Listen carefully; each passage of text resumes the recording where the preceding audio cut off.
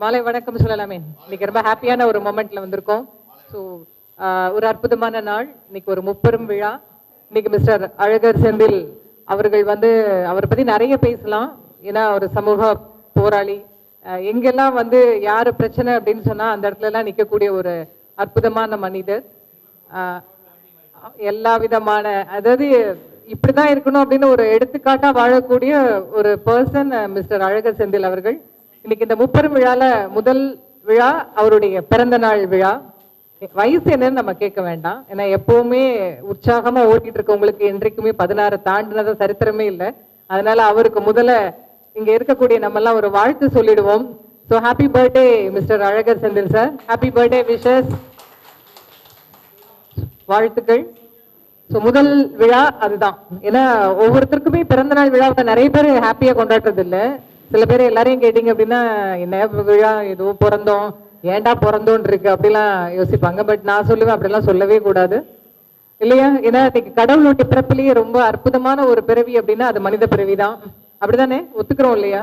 So அந்த மாதிரி ஏன்னா சொல்லுவாங்கல்ல, கூன் குருடு செவிடன்றி ஒரு மனிதனாக பிறக்க வச்ச அந்த கடவுளுக்கு வந்து நன்றி. கடவுள் இயற்கை எதுவா இருந்தாலும்.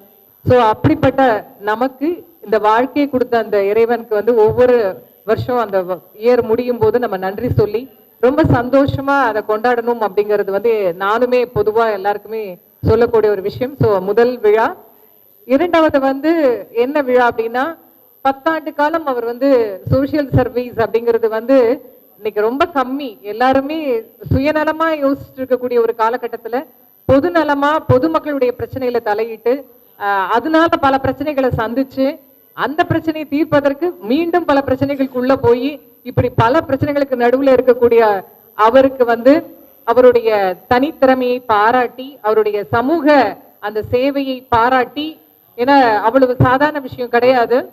ஸோ அதை பாராட்டி இன்னைக்கு பாத்தீங்க அப்படின்னா universal press and media education Vidyapith அப்படிங்கக்கூடிய நிறுவனம் அவருக்கு மிகப்பெரிய டாக்டர் பட்டம் கொடுத்து கௌரவிச்சிருக்காங்க. பெரிய கைத்தட்டல் கொடுத்துருவோம். டாக்டர் பட்டம் அப்படிங்கும் போது எந்த விதமான எதிர்பார்ப்புகளும் எந்த விதமான கொடுப்பினைகளும் இல்லாமல் அவருடைய சேவையை மட்டும் பாராட்டி அவருக்கு கிடைத்த அந்த டாக்டர் பட்டத்திற்கு நன்றி கூறும் ஒரு விழாவாக 2 விழா வந்து இன்றைக்கு நடைபெற்றுக் கொண்டிருக்கிறது.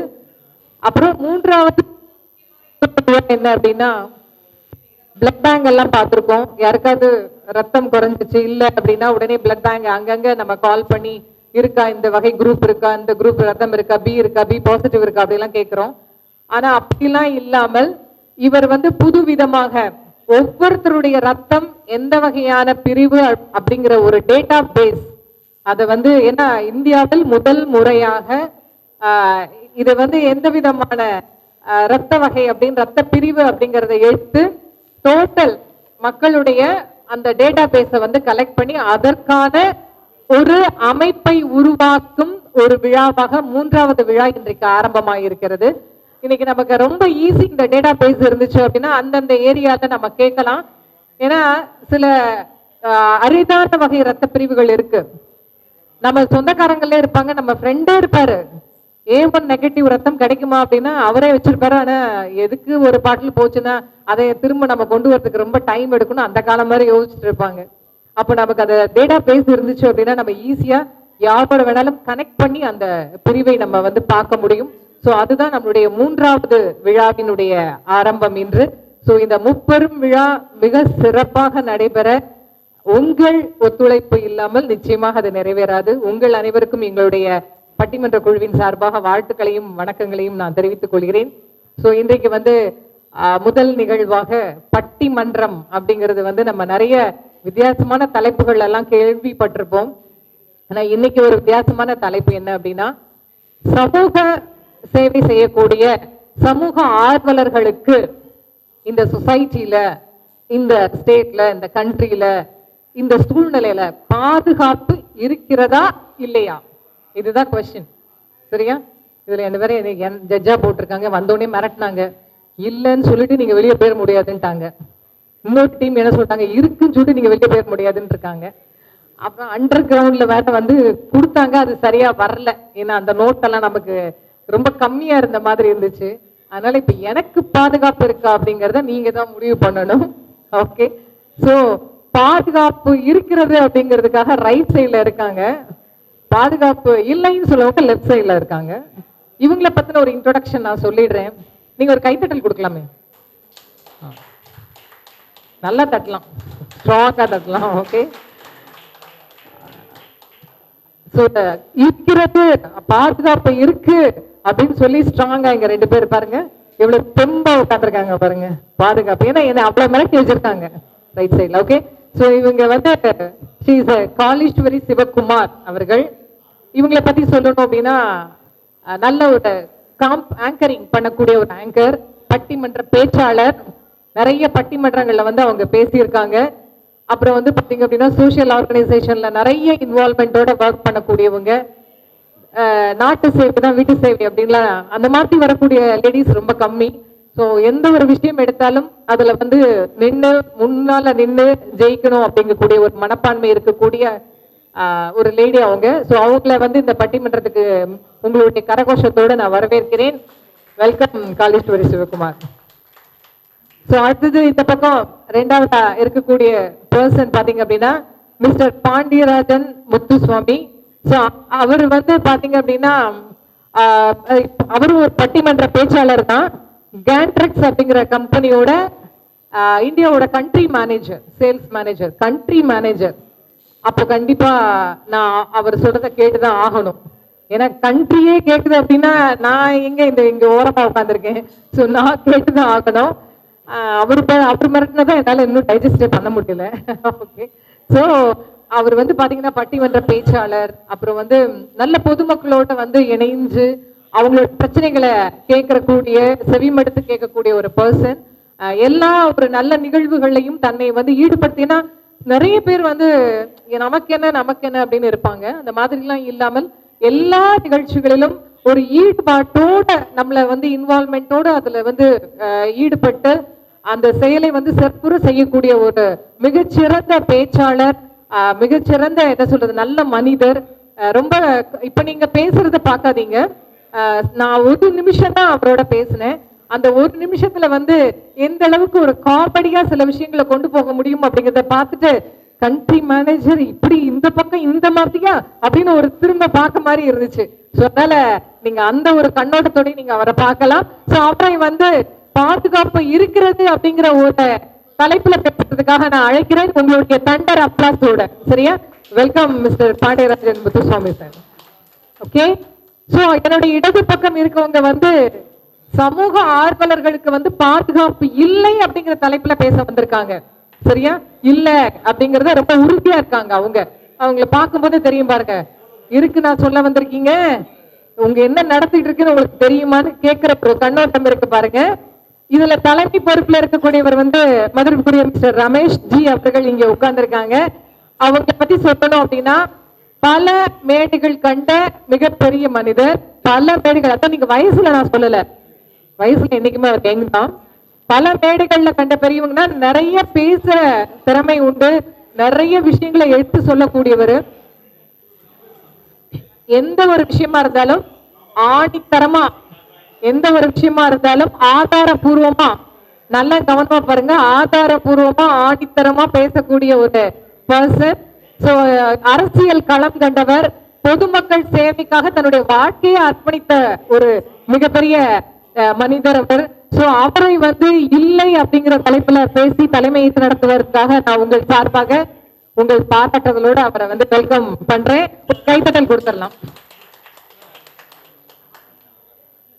அடுத்ததாக இங்கே நம்மிடையே நீங்க பாக்காதீங்க, இல்லடா யாரோ ஒரு சின்ன பையனை கூப்பிட்டு வச்சுட்டு பாதுகாப்பு வந்து இல்லைன்னு சொல்றாங்க. முதல்ல தம்பி உங்களுக்கு பாதுகாப்பு இருக்கா அப்படின்னு யாராவது கேட்ட போறாங்க.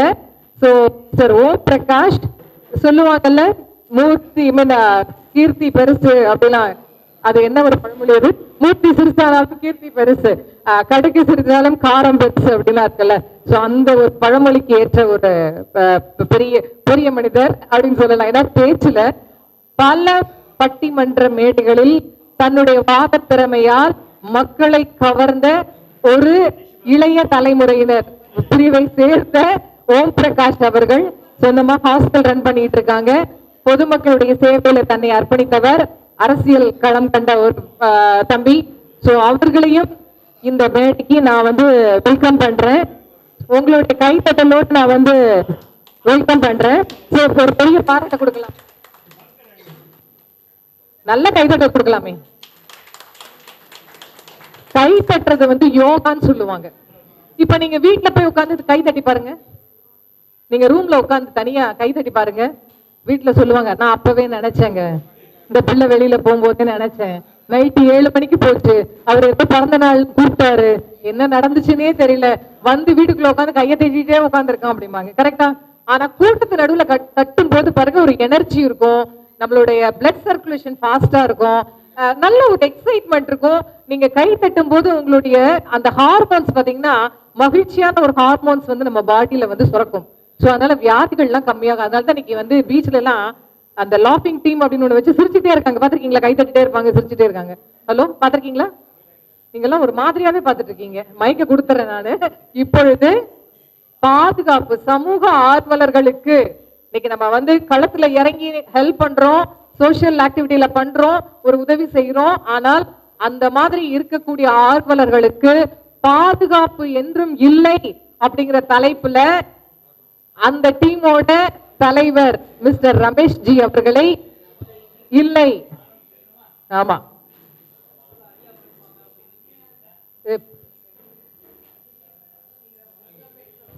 இல்லைங்கிற தலைப்புல, ஏன்னா முதல்ல நெகட்டிவ் போயிட்டு அப்புறம் பாசிட்டிவ் வரலாமே அப்படின்னு. கரெக்டா? இந்த மிரட்டல் பாத்தீங்களா பக்கத்துல இருந்துகிட்டே. ஓகே, இப்போது welcome mister Ramesh ji with your thunder applause. Okay, கை தட்டலோட.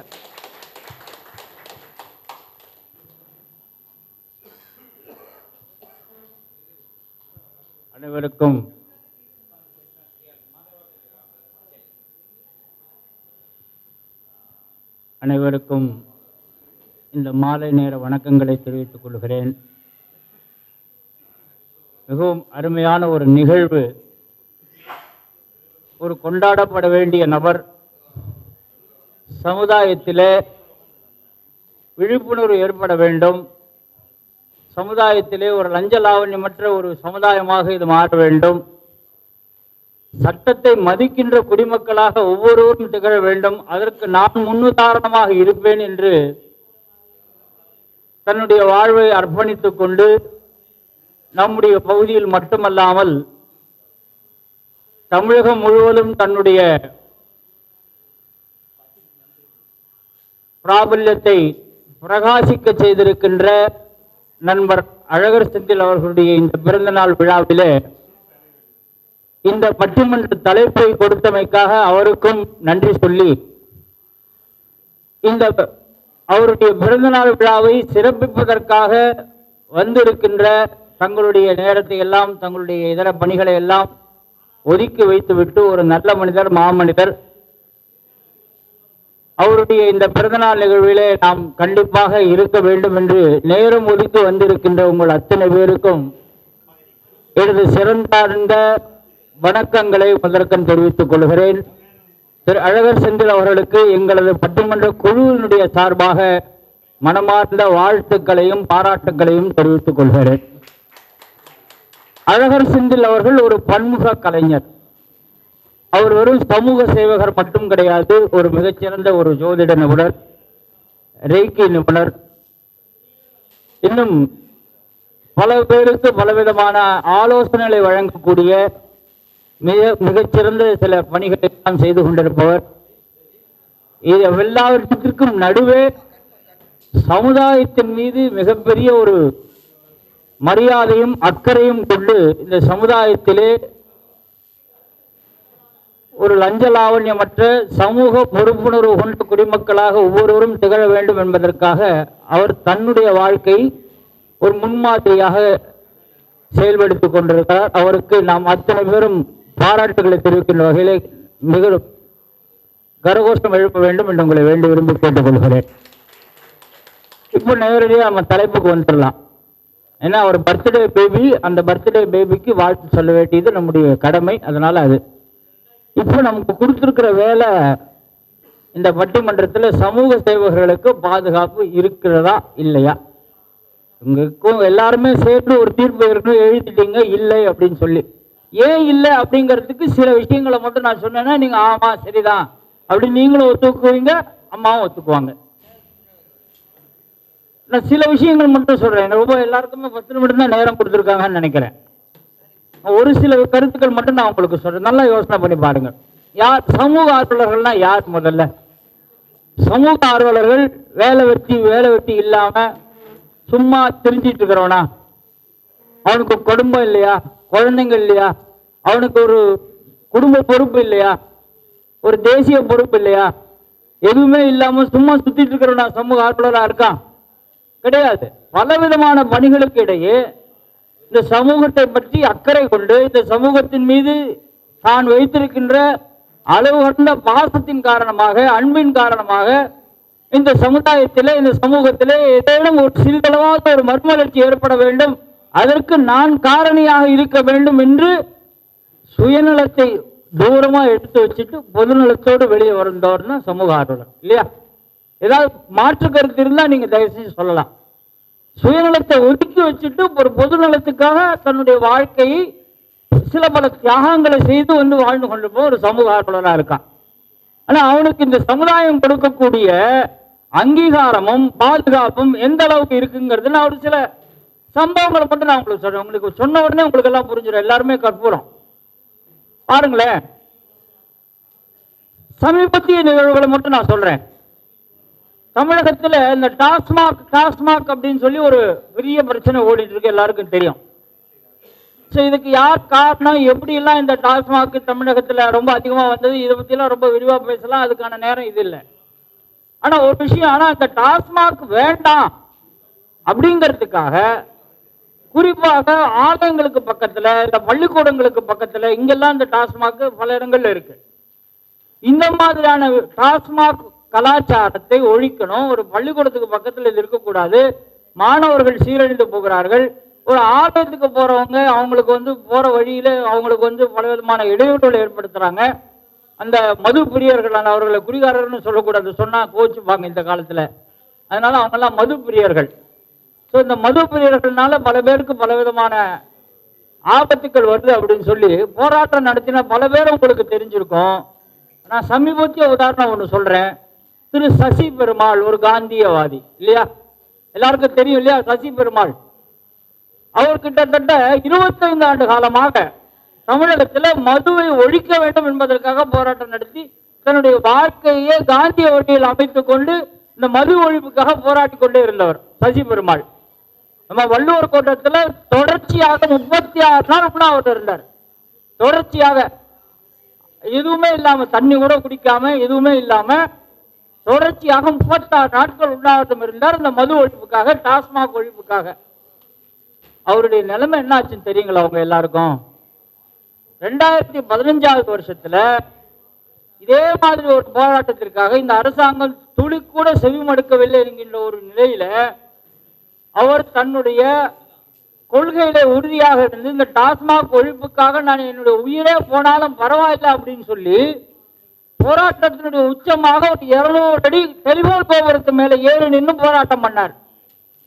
டெலிபோன் கோபுரம் 200 அடி உயரம், அது மேல ஏறி நின்று போராட்டம் பண்ணார் சசி பெருமாள். அந்த 200 அடி உயரத்துல துரதிருஷ்டவசமா அவருக்கு மயக்கம் அந்த இடத்திலேயே அவர் மயக்கமாய் கிட்டத்தட்ட மரணத்தின் எல்லையை தொட்டு விட்டார். அதற்கு பிறகு அவரை கீழெல்லாம் கொண்டு வந்தாங்க. அவர் ஏற்கனவே மரணித்து விட்டார் அப்படின்னு சொன்னாங்க. இப்படிப்பட்ட ஒரு தியாகிக்கு இந்த அரசாங்கமும் சமுதாயமும் என்ன செய்திருக்க வேண்டும்? இந்த மது ஒழிப்புக்காக அவருடைய அந்த இறுதி ஊர்வலத்திலேயாவது பல லட்சம் பேர் கலந்துட்டு இருக்கணும். அது அவருக்கு செய்யக்கூடிய ஒரு மரியாதையாக இருந்திருக்கும். ஆனால் இந்த அரசாங்கமானது அவர் மீது தற்கொலை வழக்கு பதிவு செய்தது. சசி பெருமாள் மது ஒழிப்புக்காக 25 ஆண்டு காலம் போராடி போராடி போராடி தன்னுடைய வாழ்க்கையை 59வது வயதிலே முடித்துக் கொண்ட மனிதர் 200 அடி கோபுரத்தின் மீது இருந்து துரதிருஷ்டவசமாக உயிரிழந்த போது இந்த அரசாங்கம் அவர் மீது தற்கொலை வழக்கு பதிவு செய்தது. இதுதான் இப்படிப்பட்ட சமூக ஆர்வலருக்கான பாதுகாப்பு நிலைமை இந்த சமுதாயத்தில் இருக்கிறது. ஒரு விஷயம் சொன்னேன். ரெண்டாவது நபர் நான் சொல்றேன் பாருங்க, யானை ராஜேந்திரன் அப்படின்னு சொல்லி ஒருத்தர் இருக்கார். எல்லாருக்கும் தெரிஞ்சிருக்கலாம், சில பேருக்கு தெரியாம இருக்கலாம். இந்த தமிழகத்துல இந்த யானைகள் அடிக்கடி பல இடங்கள்ல ஊடுருவி வருது, ரயில் பாதைகள்ல அடிபட்டு சாகுது, பல இடங்கள்ல கிராம பகுதிகளில் குடியிருப்பு பகுதிகளில் வந்துடுது யானைகள் பல இடங்கள்ல. இதற்கெல்லாம் காரணம் என்ன அப்படிங்கறத ஆராய்ந்து பார்க்கும்போது இந்த யானைகளுக்கு என்று ஒரு தனியான வழித்தடம் இருக்கு. அது ஜென்ம ஜென்மமா காலங்காலமா அந்த ஒரு குறிப்பிட்ட வழித்தடத்துலதான் அதனுடைய அந்த ஜீன்கள்லயே அது அப்படியே டிரான்ஸ்பர் ஆகி வருது இந்த யானைகளுக்கு. அது புதிய குட்டியா இருந்தாலும் சரி, அதுக்கு முந்தின ஜெனரேஷனா இருந்தாலும் சரி, அந்த யானைகளுக்கு தனக்கென ஒரு வழித்தடத்தை அமைத்துக் கொண்டு அந்த வழித்தடத்துல அது பயணிக்கிறது. இப்போ இந்த வழித்தடத்தை ஆக்கிரமிப்பு கட்டிடங்களை கட்டியதும் மற்ற விஷயங்களும் கட்டியதும் மனுஷன். அதனால இந்த யானைகளுக்கான வழித்தடத்தை மீட்டு கொடுக்க வேண்டும். குறிப்பாக மலைப்பாங்கான பகுதிகளில், நீலகிரியில, முதுமலையில, மற்ற பகுதிகளில், இந்த பக்கம் கிருஷ்ணகிரி, இந்த மாதிரியான பகுதிகளில் அதனுடைய வழிபாதைகளை மீட்டெடுக்க வேண்டும் என்று சட்ட போராட்டம் நடத்தி வெற்றி பெற்று நீலகிரி வனப்பகுதியில அந்த கட்டிடங்கள்லாம் இழைப்பதற்கு உத்தரவு வாங்கிய யானை ராஜேந்திரன் 2008 போராடிட்டு இருக்காரு. அந்த யானை ராஜேந்திரனுக்கு கடந்த ஒரு 6 மாதங்களுக்கு முன்னால இல்ல ஒரு வருடத்திற்கு முன்னால அவர் நீதிமன்றத்தில் ஏறி நின்று சொல்றாரு, நான் இந்த அரசாங்கத்தை எழுத்து வழக்கு தொடர்ந்து கொண்டு இருக்கின்ற காரணத்தினாலே என் மீது காழ்ப்புணிச்சு கொண்ட சில அதிகாரிகள், குறிப்பாக போலீஸ் அதிகாரிகள், என்னை கொலை செய்வதற்கு முயற்சி செய்து கொண்டிருக்கிறார்கள் ஒரு ஸ்டேட்மெண்ட்டை பதிவு பண்ணியிருக்கார் நீதிமன்றத்தில். இதுவும் ஒரு சமூக ஆர்வலருக்கு இந்த நாட்டில் நடந்திருக்கக்கூடிய அவலம். 2 பேர் சொன்னேன். 3வது நபர் நான் ஒருத்தர் சொல்றேன் பாருங்க. நமக்கெல்லாம் தெரியும், வடபழனியில வெங்கீஸ்வரர் கோயில் இருக்கு. வெங்கீஸ்வரர் கோயில், அந்த கோயிலுடைய திருக்குளமானது இப்ப இந்த நூறடி ரோடு இருக்குல்ல, இந்த நூறடி ரோடு ஒட்டி பக்கத்துல இடது பக்கம் இருக்கு. ஒரு காலத்துல அந்த கோயில் குளம் ஆக்கிரமிக்கப்பட்டதோடு மட்டுமல்லாமல் அந்த கோயில் குளத்திலேயே ஒயின் ஷாப் இயங்கியது. எவ்வளவு பேருக்கு தெரியும் தெரியாதுன்னு எனக்கு தெரியல. அந்த கோவில் குளத்தினுடைய அளவு குறுகி போச்சு. அந்த குறுகின குளத்துல அதுல ஒயின் ஷாப், பார் எல்லாமே இயங்கியது வடபழனி வெங்கீஸ்வரர் கோயில் வாசல்ல. இதற்காக பல பேர் பல காலகட்டங்கள்ல பல விதமான போராட்டங்கள் நடத்தி, சட்ட போராட்டங்கள் நடத்தி அந்த கோலத்தை மீட்டு எடுக்க வேண்டும். மீண்டும் அந்த கோலம் வெங்கீஸ்வரர் கோயில் குளமாக மாற வேண்டும் என்று தீர்ப்பு பலமுறை வந்த பிறகும் கூட இன்றளவும் அந்த கோயில் குளம் மீட்கப்படலை. அதே மாதிரி விருகம்பாக்கத்துல பெருமாள் கோயில் குளம், நண்பர் மகேஷ் அவர்கள் வந்திருக்காங்க, ஆனந்தராஜ் அண்ணா வந்திருக்காங்க, உங்களுக்கு நல்லாவே தெரிஞ்சிருக்கும். விருகம்பாக்கத்துல பெருமாள் கோவிலினுடைய குளம், இந்த கோயில் குளங்களை அறநிலையத்துறையினுடைய மூலமாக அதிகார வர்க்கத்தினுடைய ஒப்புதலோடு சட்ட போராட்டம் நடத்தி தீர்ப்புகள் பெற்ற பிறகும் கூட இந்த கோயிலை மீட்பதற்காக இன்றளவும் போராடி கொண்டிருக்கக்கூடிய ஒரு நபர் திரு ஜெபமணி மோகன்ராஜ் என்பவர். திரு நெல்லை ஜெபமணி அவர்கள் என்று பழைய ஜனதா கட்சியினுடைய ஒரு மிகப்பெரிய ஒரு காந்திய அரசியல்வாதி இருந்தார். காமராஜருடைய அடித்தொண்டனாக தன்னுடைய வாழ்க்கையை நடத்தி கொண்டிருந்த ஜெபமணி அவர்களுடைய மகன் திரு மோகன்ராஜ் அவர்கள் இந்த வெங்கடேஸ்வரர் கோயில் குளம், விருகம்பாக்கம் கோயில் குளம், இது 2ஐயும் மீட்டெடுப்பதற்கு போராட்டம் நடத்தி அதை மீட்டெடுப்பதற்கு தீர்ப்பு பெற்ற பிறகும் கூட பல மாதங்கள் பல ஆண்டுகள் ஆன பிறகும் கூட அந்த தீர்ப்புக்கான ஒரு முழு வடிவம் இன்றளவும் பெறப்படவில்லை. துரதிருஷ்டமானது. அவர் இன்னும் போராடி கொண்டே இருக்கிறார். அது மட்டும் இல்லை, சில விஷயங்களை சொல்லி முடிச்சிடறேம்மா. எனக்கு ஒரு சில நிமிடங்கள் கொடுங்க. ஆமா, சில நிமிடங்கள். இன்னொரு நான் 2-3 சம்பவங்கள் சொல்லி முடிச்சிடறேன். தாமிரபரணி ஆத்துல கொக்கோ கோலா பெப்சிக்கு தண்ணி எடுத்தாங்க. அதை எதிர்த்து போராடினவங்க எத்தனை சமூக ஆர்வலர்கள் தெரியுமா? உங்களுக்கு எல்லாம் நிறைய தெரியும்னு நினைக்கிறேன். நம்முடைய நடைப்பயண சாதனையாளர் திரு வைகோ உட்பட பல பேர் அதுக்காக போராடி இருக்காங்க. தாமிரபரணி ஆத்து தண்ணிய ரொம்ப சொற்ப தொகைக்கு எடுத்து அதுல இருந்து குளிர்பானங்களை தயாரித்து நம்மகிட்ட வைப்பான். அதே போல மண்ணு, தாமிரபரணி ஆற்றுல மண் எடுக்கிறான், இங்க மற்ற பகுதிகளில் காஞ்சிபுரம் பாலாற்றுல மண் எடுக்கிறது. இதெல்லாம் தட்டி கேட்கக்கூடிய சமூக ஆர்வலர்களுடைய நிலை என்ன இன்னைக்கு யோசிச்சு பாருங்க. பாதுகாப்பு இருக்கா இல்லையா நீங்க சொல்லுங்க. தாசில்தாரை ஏற்றுக்கொள்றான் சார், மண்ணு ஏற்றிக்கிட்டு போற, திருட்டுத்தனமா மண்ணு எடுத்துக்கிட்டு போறான். அதை போய் தடுக்க அதிகாரம் படைத்த ஆரோக்கிய தாசில்தாரை போய் அதை மறிக்கிறான், அவன் மேல ஏற்றி கொண்டுட்டு போறான். சமூக ஆர்வலருங்கிறவன் வந்து தனியாரா தான் இருக்கணும்னு அவசியம் இல்லை. அந்த தாசில்தார் கடமை உணர்வு மிகுந்த அந்த தாசில்தாரும் கூட, அந்த காவல்துறை அதிகாரியும் கூட சமூக ஆர்வலர் தான். அப்படிப்பட்ட ஒரு சூழ்நிலை இன்றைக்கு நிலவி கொண்டிருக்கிறது. எனவே சமூக ஆர்வலருக்கு இந்த சமுதாயத்திலும் சரி, இந்த அரசாங்கத்திலும் சரி, எந்த வகையான பாதுகாப்பும் இல்லாத ஒரு சூழ்நிலை மேலோங்கி கொண்டிருக்கிறது என்பதைத்தான் இந்த பட்டிமன்றத்திலே நாம் வலியுறுத்தி சொல்ல வேண்டிய ஒரு விஷயமாக இருக்கிறது. இன்னும் ஏராளமான விஷயங்கள் உங்களோடு பகிர்ந்து கொள்ள ஆசைதான். அம்மா ஆனா மணி அடிச்சுக்கிட்டே இருக்காங்க. அடுத்த முறை ஒரு ரவுண்டு வாய்ப்பு வரும்போது இன்னும் சில விஷயங்களை உங்களோடு பகிர்ந்து கொண்டு நல்லதொரு தீர்ப்பை திருமதி லட்சுமி ரவிக்குமார் அவர்கள் நமக்கு வழங்குவார்கள். இந்த சூழ்நிலை மாற்றுவதற்கு அந்த தீர்ப்பு ஏதுவாக அமையும். இது அவர்களுடைய முதுகிலே அடித்த ஒரு சாட்டையடியாக மாறும் என்று சொல்லி வாய்ப்புக்கு நன்றி கூட்டி அமைகிறேன். நன்றி, வணக்கம். ஒரு அற்புதமான பேச்சு நம்ம கேட்டோம். டைம்னு எழுதி கொடுத்ததுக்கு அப்புறம் கூட மிரட்டினாரு பாத்தீங்களா? அப்ப நான் வந்தப்ப எவ்வளவு மிரட்டிருப்பாரு பாருங்க. தீர்ப்பு என் பக்கம் வரணும், வெளில போக முடியாதுன்னு சொல்லியிருக்காரு. ரொம்ப அற்புதமான கருத்துக்களை வந்து முன் வச்சிருக்காரு.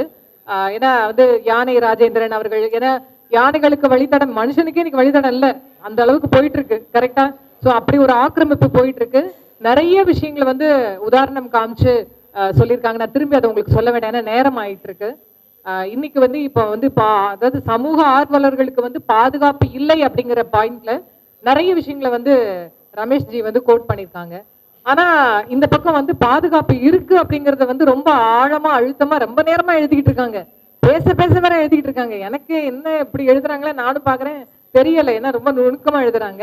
சோ எப்படி என்ன சொல்ல வராங்கன்னு பார்ப்போம். அந்த கருத்துக்களையும் நம்ம கேட்போம். பாதுகாப்பு இருக்கு அப்படிங்கிறதை நம்மிடையே விவாதிக்கிறதுக்காக அந்த அணியினுடைய தலைவி திருமதி காளீஸ்வரி சிவகுமார் அவர்களை உங்களுடைய கைத்தட்டலோடு அழைக்கிறேன். வாங்க மேடம்.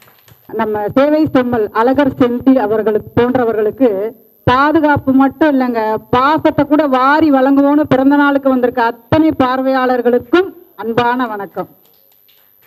எனது கருத்து விதைகளை களத்தில் விதைக்கும் முன்பு சேவை செம்மல் அழகர் செந்தில் அவர்களுக்கு வாழ்த்துறை வழங்குவதில் மட்டற்ற மகிழ்ச்சி அடைகிறேன். அழகர் செந்தில் ஐயா, ஒரே ஒரு நிமிஷம் உங்களுக்காக ஒரு வாழ்த்துறை கேட்டீங்கன்னா நல்லா இருக்கும். ஐயா, நீங்கள் எண்ணற்ற பணிகள் செய்து உங்களுக்குள்ளே மகிழ்வுற்றீர். நீங்கள் எண்ணற்ற பணிகள் செய்து உங்களுக்குள்ளே மகிழ்வுற்றீர். இயற்கையோடு மட்டும்தான் எப்போதும் பேசிட்டீர். நீங்கள் சிங்கிள்ங்கிறதா சொல்றோம். வலிகளையும் வேதனைகளையும் களைய மட்டுமே யோசித்தீர். நீங்கள் பிறர் வலிகளையும் கவலைகளையும் வேதனைகளையும் களைய மட்டுமே யோசித்தீர். பனித்துளி போல் இருந்த உங்கள் பொறுப்பு பர்வதமாய் விரிந்தாலும் உங்கள் ஒவ்வொரு பிறந்த நாளிலும் புதிதாக பிறந்ததாக எண்ணி உங்கள் அனுபவ அறிவை விதைத்து மக்கள் அறியாமைகளை களையெடுத்து உங்கள் சீரிய சிந்தனைகளை உரமிட்டு சீர்திருத்த நீர்பாய்ச்சி திக்கெல்லாம் உங்கள் சேவையை திறம்பட செய்ய எங்கள் அனைவர் சார்பாகவும் உங்களை வாழ்த்துகிறோம் ஐயா. இப்ப நம்ம தலைப்புக்கு வந்துடலாம். சமூக பாதுகாப்பு சமூக ஆர்வலர்களுக்கு உள்ளதா இல்லையா? ஐயா, இருக்கிறதா இல்லையா அப்படின்னு எங்களை கேள்வி கேட்கறதுக்கு முன்னாடி நம்ம எல்லாருக்கும் ஒரே ஒரு கேள்வி கேட்டுக்கிறேன். நம்மளுடைய வாழ்க்கை துணை யாரு? நம்ம வாழ்க்கை துணை யாரு? ஐயா, நீங்க தான் முன்னாடி இருக்கீங்க, பெரியவர். நம்மளோட வாழ்க்கை துணை யாரு அப்படிதான் கையை காட்டுவீங்க. ஜென்ரலாவே நம்ம வந்து யாரு பத்தினி அப்படின்னு கேட்டாங்கன்னா கண்ணகியும்போம் நலாயினியும்போம், நம்ம அம்மாவையோ ஒய்ஃபையோ சொல்ல மாட்டோம். அந்த மாதிரி தான் இப்போ எத்தனையோ பேர் ஹஸ்பண்ட் இல்லாமல் வாழ்ந்திருக்காங்க, ஒய்ஃப் இல்லாமல் வாழ்ந்திருக்காங்க. நம்ம அழகர் செந்தில் மாதிரி ஐயாலாம் சிங்கிளாகவே வாழ்ந்துக்கிட்டு இருக்காரு. சிங்கிளாகவே வாழுது. அந்த மாதிரி இருக்கிறவங்களுக்குலாம் வாழ்க்கை துணை யாரையா? நம்ம பிறந்த குழந்தை இருக்கு, அதுங்களுக்கு கூட வாழ்க்கை துணை இருக்கு. அப்படி யாரு அந்த வாழ்க்கை துணை அப்படின்னு கேட்டிங்கன்னா, நம்மளால எது இல்லாமல் வேணா வாழ்ந்துடலாம், ஆனால் சுவாசிக்காம வாழ முடியுமா? அந்த சுவாசத்தை தர்றது யாரு? மரம். ஆனா மரங்களை வந்து நகங்களை வெட்டுற மாதிரி வெட்டி போட்டுக்கிட்டு இருக்கோம். மரத்துக்கு பாதுகாப்பு இல்லை அப்படின்னு பேசுற மாதிரி ஆளுங்க தான் நம்மளோட எதிரணியோட ஆளுகள். ஆனா மரத்தை எத்தனை மரத்தை வெட்டினாலும் வெட்ட வெட்ட தலைக்கிற மரம் மாதிரி தான் நாங்கள் சமூக ஆர்வலர்கள்லாம் வந்து வளர்ந்துட்டு இருக்கோம். நாங்கள் ஒரு பாதுகாப்போடலாம் வளர்ந்துக்கிட்டு இருக்கோம். 4 விதையுமா பொழுதொரு வகையுமா மரங்கள் வந்துட்டு இருக்க மாதிரி நாங்களும் வளர்ந்துக்கிட்டு இருக்கோம். நாங்கள் எப்படி மரங்கள் இல்லாட்டி வந்து சுவாசம் இல்லாமல் மனித குலம் அழிஞ்சு போகுமோ, அந்த மாதிரி சமூக ஆர்வலர்கள் இல்லாட்டாலும் வந்து மனிதகுலம் வந்து அழிஞ்சுதான் போகும். சிலப்பதிகார காலம் நம்ம எல்லாருக்குமே தெரியும். சிலப்பதிகார காலத்துல கண்ணகி வந்து ரொம்ப வேதனையோட இருப்பாங்க. அப்ப வந்து நம்ம அழகர் செந்தில் மாதிரி ஆளுங்கள்லாம் ஒரு ஆள் இருந்திருந்தா அந்த மாதிரி வேதனையே வந்திருக்காது. அந்த மாதிரி சொல்றாங்க, வாயிற் கடைமணி நடுநா நடுங்க ஆவின் கடைமணி உகுநீர் நெஞ்சு சுட தான் தன் அரும்பரல் புதல்வனை ஆளியில் மடித்தோம் பெரும்பெயர் புகார் என்பதையே அவ்வூர் ஏசா சிறப்பின் இசைவிலங்கு பெருங்குடி மாசாத்து வணிகன் மகனையாகி வாழ்தல் வேண்டி ஊழ்வினை துறப்ப சூழ்கலன் மன்னா நின் நகர் புகுந்தீங்கு என் கால் சிரம்படி பகர்தல் வேண்டி நின்பால் கொலைகளப்பட்ட கோவலன் மனைவி கண்ணகின்னு சொல்லி அழுதுகிட்டே மதுரையவே எரிச்சிடுறாங்க. அன்னைக்கு மட்டும் நம்ம ஒரு சமூக ஆர்வலர் அழகர் செந்தில் மாதிரி ஒரு ஆள் போயிருந்தாருன்னா மதுரையே எரிஞ்சிருக்காது. அப்ப நீங்க சமூக ஆர்வலருக்கு பாதுகாப்பு இல்லைன்னு பயமுறுத்தி விட்டீங்கன்னா அந்த அன்னைக்கு அந்த மாதிரி பயமுறுத்தியா யாரும் வரல போல அந்த பாண்டியனோட அரசவைக்கு. அடுத்து பாத்தீங்கன்னா நம்மளாம் முன்னாடிலாம் ரத்த தானம்லாம் வந்து நம்மளோட பாட்டி காலத்துல எல்லாம் பாத்தீங்கன்னா, ஐயோ ரத்தத்தை கொடுத்துறாதப்பா, ரத்தத்தை கொடுத்தா நீ செத்து போயிருவ, யார் உசுரையாவது காப்பாத்த போய் நீ செத்துறாதப்பா, ரத்தம்லாம் கொடுக்க கூடாது அப்படின்னு சொல்லியிருக்காங்க. ஆனா இப்ப பாத்தீங்கன்னா ரத்தம் வேணும்னு ஒரே ஒரு பேஷண்ட்டுக்கு சொன்னா ஒரு 1000 பேர் வர்றாங்க. இன்னைக்கு கூட ஒரு பெரிய அமைப்பை உருவாக்குறதுக்கு அவருக்கு அவ்வளவு தைரியம் வந்திருக்குன்னா ரத்த தானம் கொடுக்கறதுக்கு அவ்வளவு பேர் ரெடியா இருக்காங்க. அதெல்லாம் எதனால அப்படின்னா அதுவும் ஒரு மிகப்பெரிய சமூக சேவை. அவங்களுக்குலாம் வந்து பாதுகாப்பு இருக்கு அப்படிங்கிற காரணத்துக்காக தான் அவங்க எல்லாம் கொடுக்க வர்றாங்க. பெயர் தெரியாத, ஊர் தெரியாத, முகம் தெரியாத எத்தனையோ பேர் சுனாமி மாதிரி, பூகம்பம் மாதிரி, கஜா புயல் மாதிரி நீங்களோ நானோ எத்தனையோ பேர் உதவி செஞ்சிருக்கோம். எங்கேயோ நடக்கும், வேற வேற ஊர்ல அமெரிக்காலேயோ ஆஸ்திரேலியாலேயோ நம்மளுக்கே தெரியாத இடத்துல கூட நடந்தா கூட நம்ம இங்கிருந்து உதவி செய்வோம். நம்மெல்லாம் என்ன பாதுகாப்பு இல்லாம செத்தா போயிட்டோம், நல்லா தான் இருக்கோம் நாங்க. ஆனா நீங்க சொல்றதை வந்து நான் ஒத்துக்கிறேன். சசி பெருமாள் மாதிரி, யானை ராஜேந்திரன் மாதிரி, ஜெபமணி மோகன்ராஜ் மாதிரி இந்த மாதிரி ஒரு சில ஆட்களுக்கு வர்ற பிரச்சனைகளுக்காக நம்ம சமூக ஆர்வலர் மொத்த பேருக்கும் பாதுகாப்பு இல்லை, யாருக்கும் தவிச்ச வாய்க்கு தண்ணி கூட கொடுத்துறாதீங்கன்னு சொல்லிடாதீங்க. அது வந்து ரொம்ப மோசமான விஷயத்துல போய் முடிஞ்சிடும். அதுக்கப்புறம் ஜெயகாந்தன் சாரு நம்ம எல்லாருக்குமே தெரியும், நம்ம ஒரு ஒரு மிகப்பெரிய ஒரு எழுத்தாளர். நம்ம அம்மா மாதிரி ஒரு இன்ட்ரடக்ஷன் கொடுக்கறதுல ஒரு கில்லாடி அம்மா என்ன சொல்லியிருக்காங்க, அடுத்து ஜெயகாந்தன் சார் வரப்போறாரு, அவர் ஒரு விஸ்வரூபம் எடுத்து பேசுவாரு அப்படின்னு சொல்லிட்டாங்க. அவர் வந்து மேடையில வந்து மைக்கை பிடிச்சோடனே சொன்னாரு, பெரிய விஸ்வரூபம் எடுக்கிறதெல்லாம் வந்து அவங்கவுங்க பார்வையை பொறுத்துதான் இருக்கு, ஆனா உண்மையான விஸ்வரூபம் எடுக்கிறது யாருன்னு தெரியுமா, ஒரு மிகப்பெரிய ஆளு யாருன்னு தெரியுமா, ஒரு டாக்டரோ இன்ஜினியரோ ஒரு மிகப்பெரிய அரசியல் தலைவர்களோ யாருமே கிடையாது. எவன் ஒருத்தன் தனி மனித அறத்தை பின்பற்றி சமூக சேவகன் செய்கிறானோ அவன் தான் ஒரு விஸ்வரூபி அப்படின்னு சொல்லி ஜெயகாந்தனே சொல்லியிருக்காரு. அந்த மாதிரி ஒரு விஸ்வரூபிகள் இருக்கிற இடத்துல விஸ்வரூபிக்கு எதுக்கு பாதுகாப்பு, விஸ்வரூபமே ஒரு பாதுகாப்பு தான். அடுத்து ஆமா டைம் இருக்கா, பேசிடலாமா? ஓகே, ஒரு நிமிஷம் தான் இருக்கான். ஓகே, நம்ம வந்து உழைத்து உழைத்து களைத்தும் உழைத்து வியர்வை முளைத்து செந்நீரும் கண்ணீரும் ஒரு சேர வடித்தாலும் நிறைய பேர் இன்னும் சமூக சேவைகள் செய்ய ரெடியாக தான் இருக்காங்க. நாட்டு எல்லையில மிகப்பெரிய வீரர்கள்லாம் இருக்காங்க, எல்லை வீரர்கள் நம்ம எல்லாருக்குமே தெரியும். அவங்க எல்லார் கையிலையும் பாதுகாப்புக்காக கன்னு கொடுத்துருக்காங்க. நாட்டுக்கு உள்ள இருக்கிற நம்மள மாதிரி சமூக சேவைகள் கையில சில பேர் கையில பெண் இருக்கு, சில பேர் கையில அதுவும் இல்லை. பெண் இல்லாட்டாலும் சரி, கன் இல்லாட்டாலும் சரி, ஒரு பன் இருந்தா போதும் நாங்களாம் அடிச்சு தட்டி தூக்குவோம்னு சொல்லி வாய்ப்புக்கு நன்றி கூறி தமிழ் தாய்க்கும் நன்றி கூறி விடைபெறுகிறேன். நன்றி, வணக்கம். ரொம்ப அற்புதமான கருத்துக்களை முன்வைத்த, அதாவது சமூக ஆர்வலர்களுக்கு பாதுகாப்பு இருக்கு அப்படிங்கிற அணியில இருந்து அவங்க பேசியிருக்காங்க.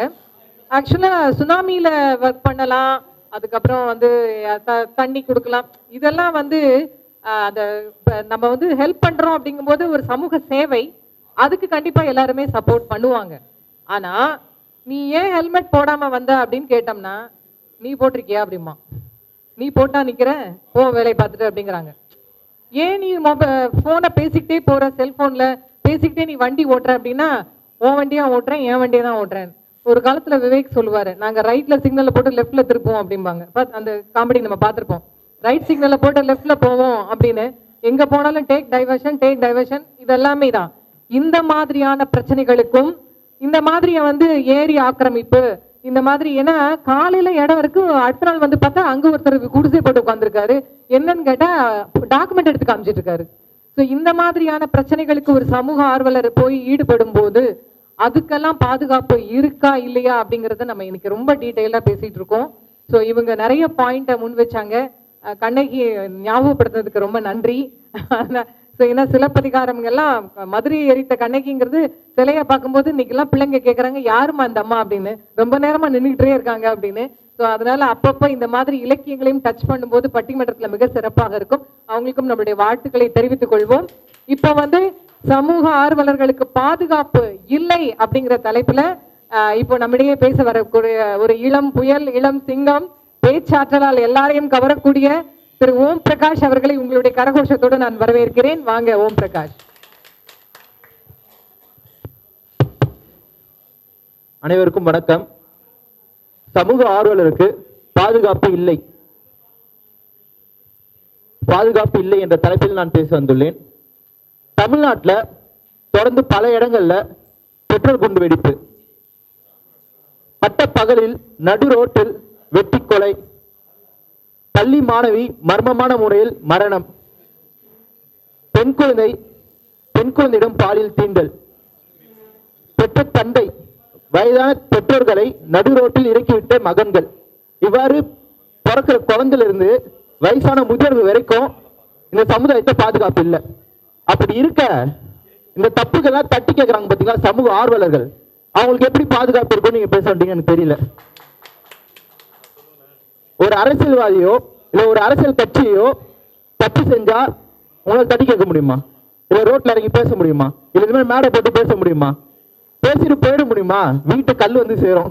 இல்ல ரோட்ல நடக்க முடியுமா? பயம், அந்த பயம் இருக்கும்ல எல்லாருக்கும். அதனாலதான் நம்ம மக்கள் எல்லாம் நமக்கு எதுக்குறா பிரச்சனை, நாம உண்டு நம்ம வேலை உண்டுன்னு இருக்கான்னு தானே இருக்காங்க. அதுதானே காரணம், அந்த பயம் தானே காரணம். அது பேர் என்ன? பாதுகாப்பு இல்லை என்றுதானே கறந்து. வெறும் அடிவாத தாங்க, மிச்சடி பாதுகாப்புல இருக்குன்னு கூட சொல்லுவாங்க போல. அடுத்து வெறும் அடிவாத இல்ல, சில இடத்துல சில சம்பவம் நடக்குது, மர்மமான முறையில் மரணம் நடக்கிறது. பெரிய சமூக ஆர்வலர்கள் மரணத்தை அழைக்கிறார்கள். அது எந்த காரணம்னு இது வரைக்கும் கண்டுபிடிக்க முடியல. சில பேர் அட்ரஸே இல்லாம காணாம போயிருக்காங்க, காணாமல் போகப்பட்டிருக்கிறார்கள். இதுக்கெல்லாம் பாதுகாப்பு என்று நம்ம சொல்ல முடியாது, இதெல்லாம் பாதுகாப்பு இல்லை என்றுதான் நம்ம சொல்ல முடியும். இந்த காலத்துல இளைஞர்களுக்கு சமுதாயத்தில் ரொம்ப அக்கறை இருக்கு. அவங்க சமுதாயத்துக்கு ஏதாச்சும் ஒரு நல்லது செய்யணும், தொண்டு செய்யணும்னு ஆசைப்படுறாங்க. ஆனா எத்தனை இளைஞர் களத்தில் இறங்குறாங்க? கிடையாது, விரல் விட்டு எண்ணிடலாம் எத்தனை இளைஞர் களத்தில் இறங்குறாங்க. அது காரணம் என்ன? பயம். பெற்றோர்கள் வீட்டுல சொல்லி சொல்லி அனுப்புவாங்க, கண்ணா தம்பி பத்திரமா போயிட்டு வந்திருப்பா, போன வேலையை மட்டும் பார்த்துட்டு வந்திருப்பா, சீக்கிரமா வந்திருப்பா அப்படின்னு சொல்லி சொல்லி ரத்த கண்ணீர் வடிய சொல்லி அனுப்புறாங்க. பெற்றோர் மேல குறை சொல்ல முடியாது. அது காரணம் என்ன? எங்க தன் பையனோ பொண்ணோ சமூக தொண்டுக்கு இல்ல பொது வாழ்க்கையில் ஈடுபட்டா அவன் வாழ்க்கையில பிரச்சனை வருமோ, அவன் எதிர்காலத்துக்கு பிரச்சனை வருமோன்னு பயம். அப்படி பாதுகாப்பு இல்லாதனாலதான் நல்ல நல்ல மாணவர்கள், நல்ல சமுதாயம் அக்கறை உள்ள மாணவர்கள், இளைஞர்களை நம் சமுதாயம் இழந்து கொண்டு இருக்குது. ஒரு உண்மை என்னன்னா, இந்த காலத்துல ஆண்களை விட பெண்களுக்கு தான் சமுதாயத்தின் மேல அக்கறை இருக்கிறது. நான் என் வயசு பசங்களை எடுத்து சொல்றேனே, என் வயசு பசங்களுக்கு ஆண்களை விட பெண்கள் தான் களத்துல இறங்கி வேலை செய்யறாங்க. ஆனா அவங்களுக்கு கிடைக்கிற பாதுகாப்பு என்ன தெரியுமா? ஏமா அவன் பொண்ணு வீட்டிலே இருக்கிறது இல்ல, ஏமா அவன் பொண்ணு வீட்டிலே வச்சுக்கோமா, அதெல்லாம் போனா பாதுகாப்பு இருக்காதுமா, ஏதாச்சும் ஆயிட போகுது, எப்பமா கல்யாணம், இதான் பாதுகாப்பு. இதுக்கு பேர் தான் பாதுகாப்புனா அது பாதுகாப்பு கிடையாது. சமூக ஆர்வம் உள்ள பெண்களை வீட்டில் பூட்டி வைத்தால் அது பேர் பாதுகாப்பு கிடையாது, அது பேர் முட்டாள்தனம். அப்படிப்பட்ட பெண்களை பாதுகாப்பாக வெளியே அனுப்பிச்சு பாருங்க. எத்தனை அன்னை தெரேசா, எத்தனை அம்மையார் ஜெயலலிதா போன்ற பெரிய தலைவர்களை, பெரிய சமூக ஆர்வலர்கள் நமக்கு கிடைப்பாங்கன்னு நினைச்சு பாருங்க. அப்படிப்பட்ட சமூக ஆர்வலை இழந்து கொண்டிருக்கணும். அது காரணம் பாதுகாப்பு இல்லை என்று காரணம்னாலதான். அரசியல் கூட சமூக தொண்டு தான், அதுவும் ஒரு வகையான தொண்டு தான். ஆனா எத்தனை இளைஞர்கள் நீங்க அரசியல பார்க்க முடியும்? விரல் விட்டு எண்ணிடலாம் இத்தனை பேர் தான் அரசியல் இருக்காங்க இளைஞர்கள். அதுல இருக்க இளைஞர்கள் கூட பாதி பேரு வெறும் பேனர் போஸ்டர் காணாம போயிடுறாங்க. அது காரணம் என்ன? ஐயோ அரசியலா, வேணாம்ப்பா, நமக்கு எதுக்கு நம்ம லைஃப் ரிஸ்க் எடுத்துக்கணும், இப்படிதானே எல்லாம் சொல்றாங்க. இறந்ததுக்கு அப்புறமா வாய்க்கரிசின்னு ஒண்ணு போடுவாங்க. இப்ப இந்த காலத்துல அரசியலுக்கு வரணும்னா வாய்க்கரிசி போட்டுட்டு தான் வரணும் போல, அந்த மாதிரி இருக்கு காலம். இது பேர் பாதுகாப்பு இல்லை என்று தானே கருத வேண்டும். இதற்கு பாதுகாப்பு இல்லை என்று தானே கருத வேண்டும். பெரிய அதிகாரம் படைத்தவர்கள், ஒரு நல்ல பொறுப்பில் இருக்கவர்கள், ஒரு வக்கீலோ அட்வொகேட்டோ இல்ல டாக்டரோ, ஒரு அரசு தொடர்பு இருக்க பெரிய ஆட்கள், சமூக தொண்டு, அவங்க சமூகத்துக்கு ஏதாச்சும் செய்யணும்னு நினைப்பாங்க. அவங்களுக்கே த்ரெட்டன்ஸ் போகுது, கொலை மிரட்டல் போகுது. அப்படி இருக்க ஒரு நார்மலான மனுஷன் எப்படி ரோட்ல இறங்கி களத்துல இறங்கி வேலை செய்ய முடியும்? எப்படி சமுதாயத்துக்காக வேலை செய்ய முடியும்னு நினைக்கிறீங்க நீங்க? இதுக்கு பேர் சமூக பாதுகாப்பு கிடையாது, சமூக அவர்களுக்கு பாதுகாப்பு கிடையாது என்றுதான் உறுதியோடு சொல்ல வேண்டும். அரசியலுக்காக மட்டும் இல்ல, எல்லா இடத்துலயுமே ஒரு பையன் இறங்கி போய் வேலை செய்யணும், அந்த பையனுக்கு பாதுகாப்பு இல்லை. திருவள்ளுவர் சொல்லியிருக்காரு, ஒழுக்கம் விழுப்பம் தரலாம், ஒழுக்கம் உயிரினும் ஓமப்படும்னு. அதாவது உயிரை விட ஒழுக்கம் தான் ரொம்ப முக்கியம். நீ உயிரை விட்டாலும் பரவாயில்ல, ஒழுக்கத்தை விட்டுறாதான் திருவள்ளுவர் சொல்லியிருக்காரு. அந்த பாதுகாப்பு இருக்கு. சிம்பிளா சொன்னா செத்து போறானா ஒழுக்கத்தை மட்டும் விட்டுறான்னு சொல்லியிருக்காரு. அந்த பாதுகாப்பு மட்டும்தான் சமூக ஆர்வலர்களுக்கு இருக்கேன்னு தவிர வேற எந்த பாதுகாப்பும் கிடையாது. ஒரு அரசியல்வாதி ஏதாச்சும் ஒரு தப்பு பண்ணா அந்த இடத்துல போய் நம்ம கேள்வி கேட்க முடியுமா? முடியாது. சரி, இவ்வளவு பிரச்சனை இருந்தாலும் அது தாண்டி ஒருத்தன் கேள்வி கேட்கறான்னா அவனுக்கு அடி ஓட்ட இருந்து அவன் வாழ்க்கையில பிரச்சனை வந்து அவன் வெட்டு குத்து வரைக்கும் போகுது. இதுல பாதுகாப்பு என்பது கிடையாது அல்லவா?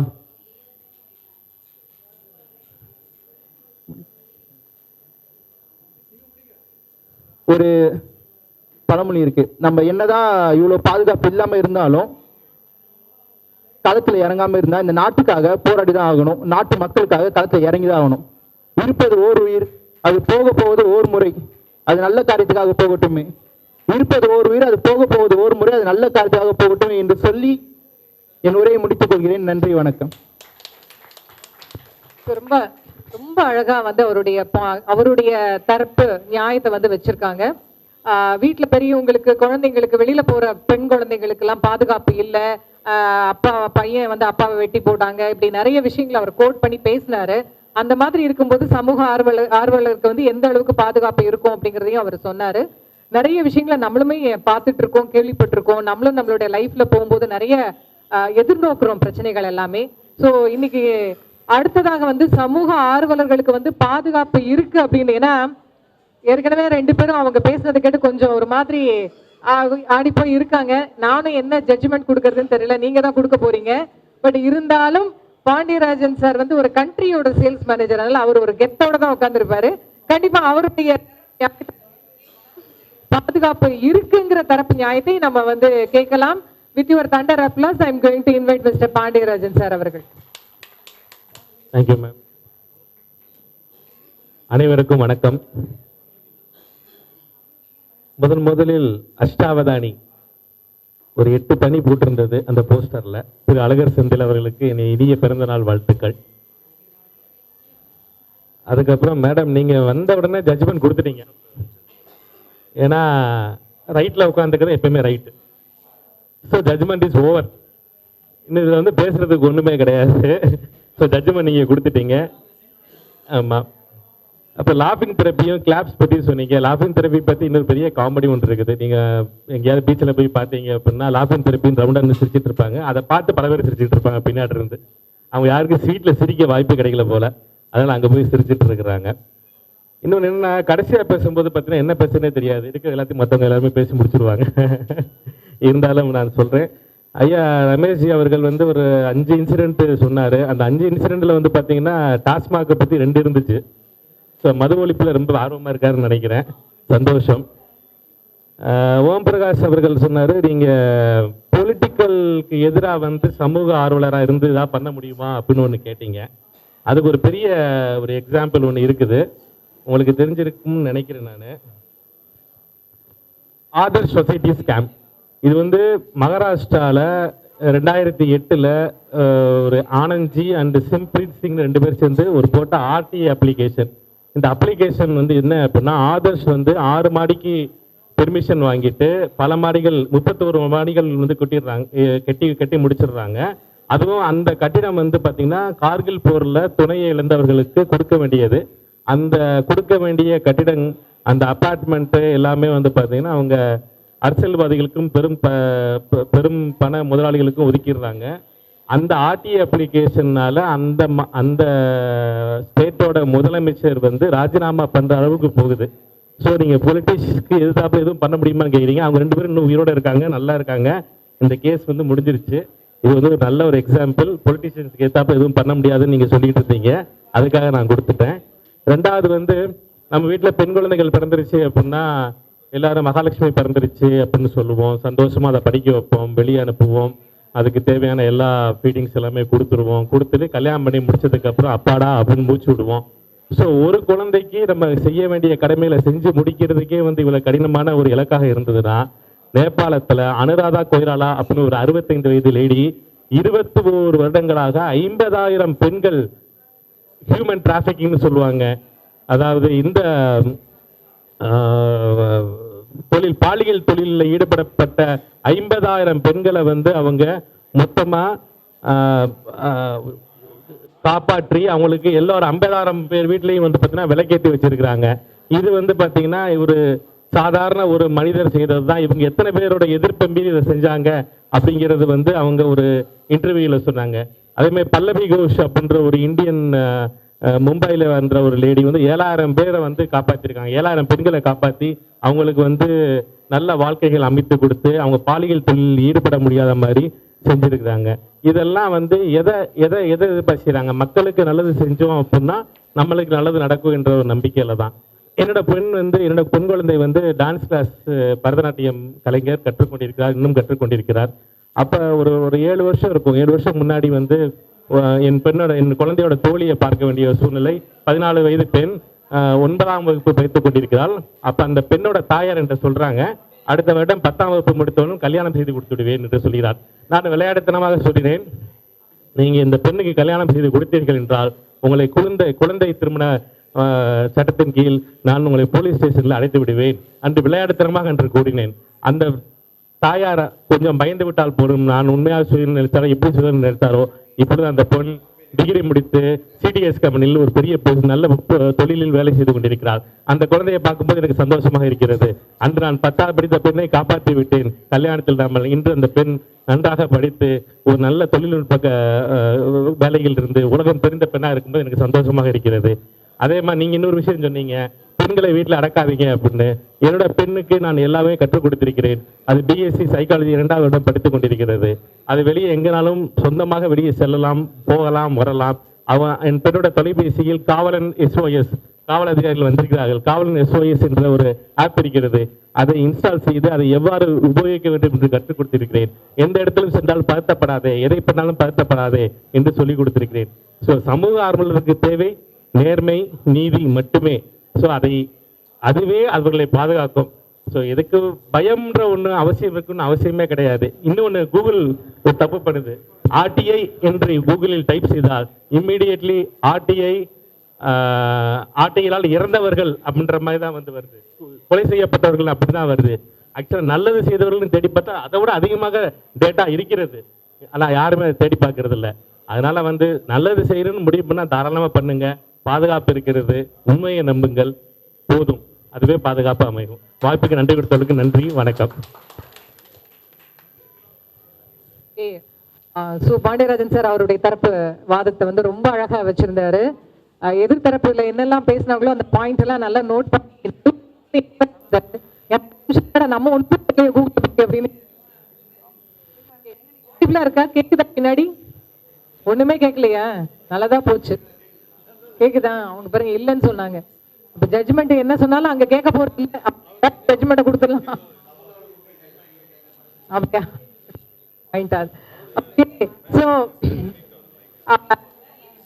இவங்க 2 தரப்புமே அவங்களுடைய பக்கங்களுடைய நியாயங்கள் ரொம்ப அழகா எடுத்து சொன்னாங்க. நான் ஒரே ஒரு இன்சிடென்ட் நான் இந்த நிகழ்வுக்கு வர்றதுக்கு முன்னாடி, ஏன்னா நான் யோசிச்சுட்டு இருந்தேன், ரீசெண்டா என்னோட ஃப்ரெண்டு வெளியில திருநெல்வேலி பக்கத்துல இருக்காங்க. நீங்க தான் உங்க தம்பி கிட்ட சொல்லணும் அப்படின்னு என்ன பேசினாங்க. என்ன பண்ணாரு, பைக்கை நிறுத்திட்டு அந்த டிராஃபிக் கான்ஸ்டபிள் அவருக்கு அண்ணா நீங்க உட்காருங்கண்ணா கொஞ்ச நேரம் அப்படின்னு தண்ணி எல்லாம் கொடுத்துட்டு இவர் என்ன பண்ணியிருக்காரு, கொஞ்சம் அந்த டிராஃபிக்கை ஒழுங்குபடுத்தலாம். நமக்கு அந்த ஒரு வேகம் இருக்கும், நம்மளே வெளியில போகும்போது பார்ப்போம் இல்லைங்களா, போலீஸ் பண்ணும்போது நம்ம கொஞ்சம் போய் செய்யலாமா. ரெண்டாவது ஒரு நல்ல இன்ட்ரெஸ்டிங்கா இருக்கும், ஏன்னா நமக்கு வேண்டாதவங்களாம் வந்தா கொஞ்சம் நில்லு ஸ்டாப் அப்படின்னு சொல்லிட்டு இந்த பக்கம் ஓப்பன் பண்ணி விடுற மாதிரிலாம் அதெல்லாம் கற்பனை பண்ணிக்கலாம்னு வச்சுக்கோங்களேன். ஸோ அந்த மாதிரி அவர் ஆனால் உண்மையாவே பண்ணியிருக்காரு. பண்ணி முடிச்சுட்டு என்னாச்சு அப்படின்னா யாரோ ஒரு பெரிய அந்த முனிசிபல் லீடரோ யாரோ ஒருத்தரோட வண்டி வந்திருக்கு. இவர் வந்து வேகமாக நிறுத்துன்னு சொன்ன உடனே நிறுத்தலை, நேராக வேகமாக போயிருக்காங்க. அங்கே ஒரு வேன் நின்றுருக்கு, அதில் போய் இடிச்சாச்சு. சம்திங் அது கொஞ்சம் கிளாஷ் ஆயிடுச்சுன்னு வச்சுக்கோங்களேன். அது என்ன கதையாக நான் சொல்ல விரும்பலை. என்னாச்சு அப்படின்னா இவர் போய் சத்தம் போட்டார். சத்தம் போட்டோன்னே அடிச்சிட்டார் அந்த இறங்கி. நான் டப்புன்னு அதானே வருது, உடனே கையதுங்க நீ யாருடா என்னை கேட்குறதுக்கு அப்படின்னு. உடனே இவர் ஒன்றுமே பேசலை, அப்படியே சைலண்ட்டாக நின்றுட்டாரு. அதுக்கப்புறம் அது கேஸ் ஆச்சு. நான் அங்கே நிற்கிறவங்கெல்லாம் போய் சொன்னாங்க, கோர்ட்டு கேஸ் ஆச்சு, எல்லாம் ஆச்சு. இப்போ வந்து அவங்க வீட்டிலேருந்து த்ரெட்டனிங் வந்துருச்சு, ஒழுங்காக போய் வாபஸ் வாங்கிடு, இல்லை அப்படின்னா நீ ஃபேமிலியோடு இருக்க முடியாது அப்படின்னு சொல்லி. இப்போ அந்த பொண்ணு எனக்கு ஃபோன் பண்ணி, அக்கா நீங்கள் சொல்லுங்கள் உங்கள் தம்பிக்கிட்ட, நீங்கள் போய் கேஸை வாபஸ் வாங்க சொல்லுங்கள் அப்படின்னு எனக்கு ஃபோன் பண்ணுறாங்க. நான் வந்து ஃபோனில் கேட்குறேன், என்னடா ஆச்சு, ஏன் நீ இப்படி பண்ண அப்படின்னா அவன் எல்லா கதையும் சொல்கிறான். இந்த பொண்ணு என்கிட்ட எதையுமே சொல்லலை, உங்கள் தம்பி பாருங்கள் இப்படி போய் பண்ணிட்டாரு அப்படின்னு அதை மட்டும்தான் சொல்லுது. ஏன்னா பயம். ஸோ இன்றைக்கி வந்து பார்த்திங்க அப்படின்னா அதுக்கப்புறம் நான் சொன்னால் அவன் முடியவே முடியாது, என்ன ஆனாலும் பரவாயில்ல அப்படின்னு அவங்க சொல்லி கடைசியில் அது வேறு அங்கே பெரிய ஆளுங்கள்லாம் வச்சு சொல்லி 2 பக்கம் காம்ப்ரமைஸ். இது ஒரு பக்கம் போகட்டும். ஆனால் இந்த விஷயம் என்ன அப்படின்னு பார்த்தீங்க அப்படின்னா இன்றைக்கி நமக்கு நிறைய விஷயங்களுடைய தப்புகளை பார்க்கும்போது நமக்கு கேட்கணும்னு தோணுது. ஆனால் எல்லா இடங்களிலையும் எல்லாருமே என்ன நினைக்கிறோம் அப்படின்னா, ஏன் கேட்கணும், ஐயோ நம்ம போய் கேட்டு ஏன்னா நம்மளே பார்க்குறோம், நீ வந்து சைலண்ட்டாக வந்துரு, இல்லைன்னா நீ ஒன்றை தான் வந்து கேட்பாங்க, நீ தான் வந்து சொல்கிற. இந்த மாதிரியான விஷயங்கள் வந்து கண்டிப்பாக மாறுமா அப்படின்னா மாறணும், மாறித்தான் ஆகணும். ஏன்னா அதுக்கு துணிச்சலாக இன்றைக்கி வந்து அழகர் செந்தில் சார் மாதிரி நிறைய பேர் முன்னுக்கு வரணும். ஏன்னா இந்த மாதிரி நிறைய பேர் வரும்போது இவர்களுக்கான ஒரு பாதுகாப்புக்கான சட்டங்களே உருவாக்கப்படும். இன்றைக்கி 2012 வந்து திருவண்ணாமலையில் வந்து ராஜ்மோகன் அப்படிங்கிற ஒருத்தர் வந்து சமூக ஆர்வலராக இருந்து அவர் கொல்லப்பட்ட ஒரு செய்தி வந்து ஒரு பெரிய நியூஸாக எல்லா இடங்கள்லையும் வந்தது. ஸோ எல்லாருக்குமே உள்ளுக்குள்ளே ஒரு உதறல், எங்கேயோ ஒரு சிலர் மட்டும்தான் துணிஞ்சு வராங்க. ஸோ அதனால் இன்றைக்கி நான் என்ன ஃபீல் பண்ணுறேன் அப்படின்னா, நிறைய பேருக்கு ஆசை இருக்குது சமூகத்தை சீர்திருத்தணும், நிறைய நல்லது பண்ணணும், தப்பு செய்கிறவங்கள தட்டி கேட்கணும் அப்படின்னு நிறைய ஆர்வம் இருக்குது. இன்றைக்கி 15 நாளைக்கு முன்னாடி மகாராஷ்டிராவில் 15 வயது பொண்ணு 4 பசங்க வந்து பாலியல் தொல்லை கொடுத்து அந்த பொண்ணை வந்து அவளுடைய ஆடைகளை உருவி, அந்த பொண்ணுக்கு என்ன பண்ணுறதுன்னு தெரியல. அது நடந்து போகும்போது ஒருத்தர் கூட அதுக்கு ஹெல்ப் பண்ண வரல. ஏன்னா அந்த தொல்லையில் ஈடுபட்டவங்க எல்லாருமே பெரிய இடத்து பசங்க. ஸோ பயப்படுறாங்க பொதுமக்கள். இந்த சூழல் மாறணும், இந்த நிலைமை மாறணும். இது மாறுறதுக்கு இவரை மாதிரி நிறைய பேர் முன்னுக்கு வரணும். ஆனால் இன்னைக்கு இருக்கக்கூடிய சூழ்நிலையில் பாதுகாப்பு என்பது குறைவாகத்தான் இருக்கிறது. சமூக ஆர்வலர்களுக்கு நிச்சயம் 100% இல்லை என்று நான் இருக்கு அப்படின்னு என்னால் சொல்ல முடியாது. அந்த த்ரெட்டனிங்கையும் தாண்டி அதையும் தாண்டி போனா போகுது. ஓம் பிரகாஷ் சொன்னார்ல, ஒரு தடவை தான் வாழ போகிறோம், ஒரு உயிர், அது இதுக்காக போகட்டும் சொல்லி துணிஞ்சு வரக்கூடிய சில நபர்கள் அதையும் தாண்டி இந்த சமூக ஆர்வலர்களாக எல்லாத்தையும் எதிர்த்து போராடிட்டு இருக்காங்க.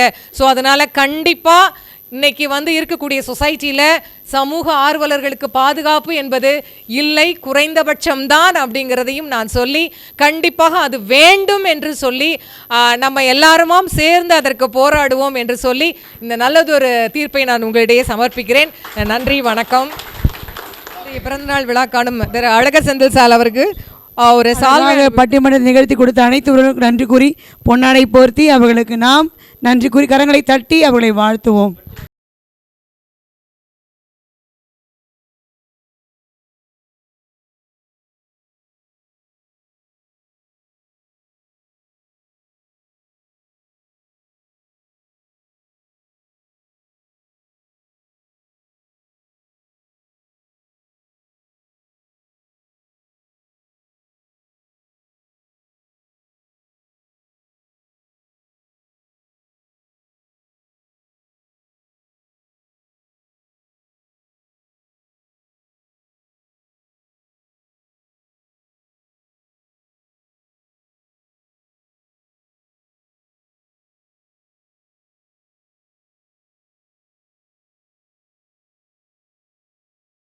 திரு நவீந்தர் வாங்க, சங்கர் கணேஷ் கவுன்சிலர், நம்ம ஏரியா கவுன்சிலர் வாங்க,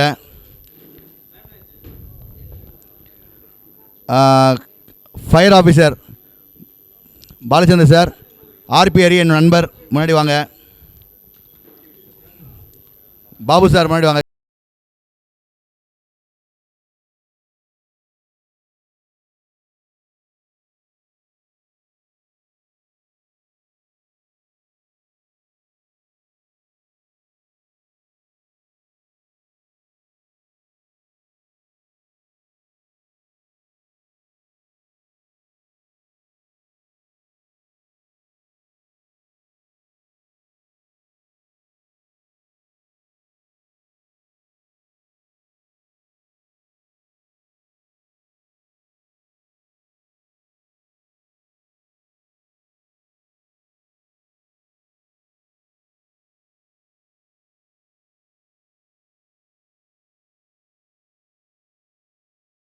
பெண்களுக்கு பெண்களுக்கு பெண்களுக்கு எனக்கு எல்லாம் அந்த பக்கம் மறைச்சு. மோகனா மேடம், அட்வொகேட் மோகனா மேடம் முன்னாடி வாங்க. அட்வொகேட் மோகனா மேடம் முன்னாடி வாங்க. பாபு கேபிகே பாபு முன்னாடி வாங்க. பாபு கோட்ரேஜ் முன்னாடி வாங்க.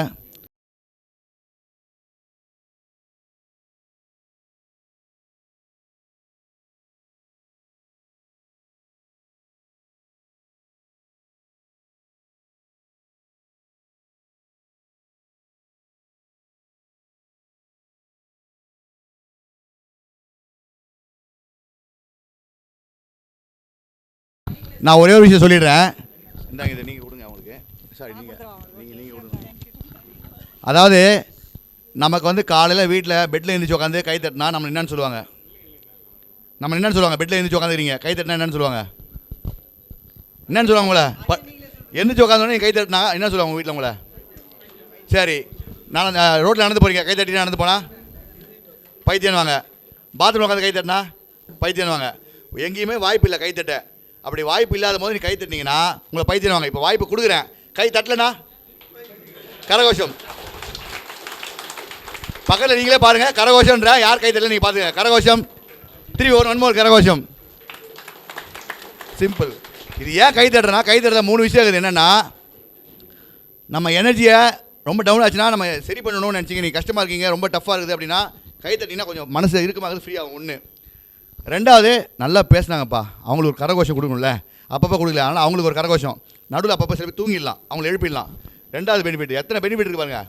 அதை விட அழகு சேர்ந்து கூட நல்லா பேசுகிறாங்க போது அவனுக்கு சேர்த்து கை தட்டுறாங்க அப்படின்னு எனக்கு ஒரு பெனிஃபிட். ஸோ ஒரே சமயத்தில் 3 பெனிஃபிட் இருக்கிறதுனால எப்பெல்லாம் வாய்ப்பு கிடைக்குதோ அப்போ கை தட்டிடுங்கன்றேன். சரிங்களா? நன்றி, வணக்கம்.